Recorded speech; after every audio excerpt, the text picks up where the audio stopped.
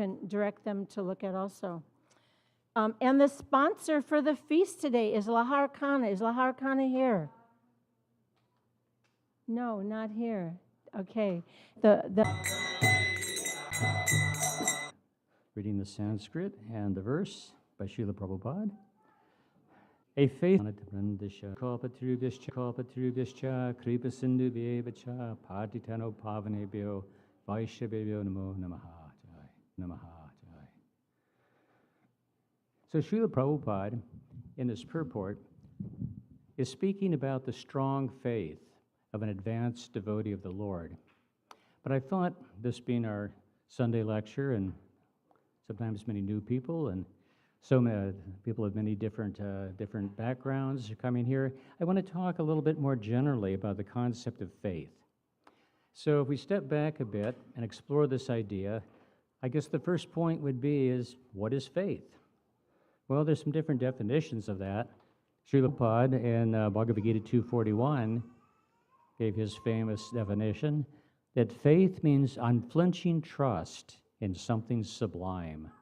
It's a very nice definition. Everyone know this word sublime? I had to look it up some years ago. Faith, sublime means something that's lofty, having excellence, it's awe-inspiring.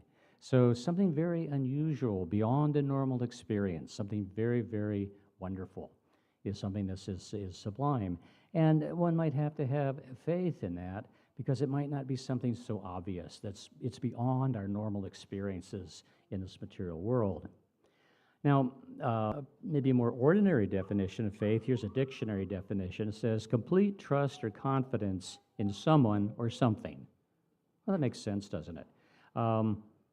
Complete trust, confidence in something or somewhere or somebody. A bit kind of vague. We don't know exactly what the faith is. But the point is, does everyone have faith? Yes. Do our only people who are strongly religious have faith? No. Everybody has some type of faith, trust or confidence in someone or something. Everybody has that.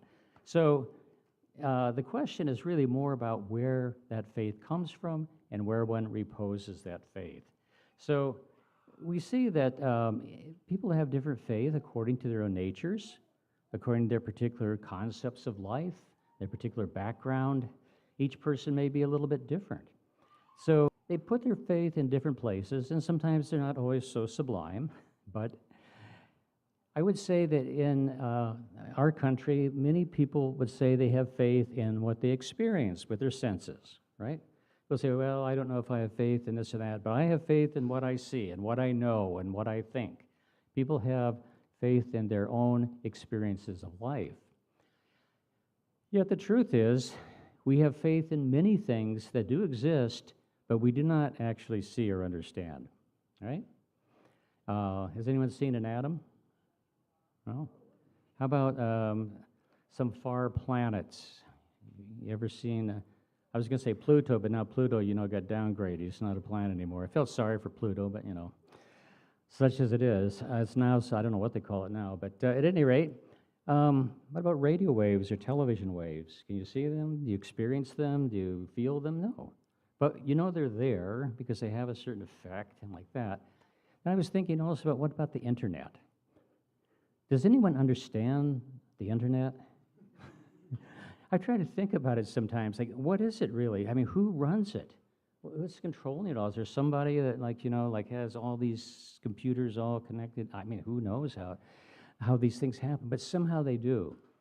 And we have faith in them, although we do not understand them at all, or perhaps a little bit if we're somewhat expert in the area. Why do we have faith in these things that we really can't see or maybe don't even understand very well? Because we trust some authority, right? We read some science book and it tells us so we have some faith in that authority. Maybe wrong, maybe right, but nevertheless we have that. If I go to a doctor, I'll generally accept their diagnosis on the faith that they have some authority. They have some experience, they've gone to school for a million years, we have some good reason to appreciate that authority that they have in that particular field of knowledge. The point is that much of our knowledge is not really firsthand, but it is based upon authority. We start out as children. Children know almost nothing. But on the authority of their parents, they learn so many things. On the authority of teachers, they learn so many things, etc., as one goes through life. Now, when we come to authorities in spiritual life, so what is a spiritual authority? That's a good question, okay? We say, all right, I accept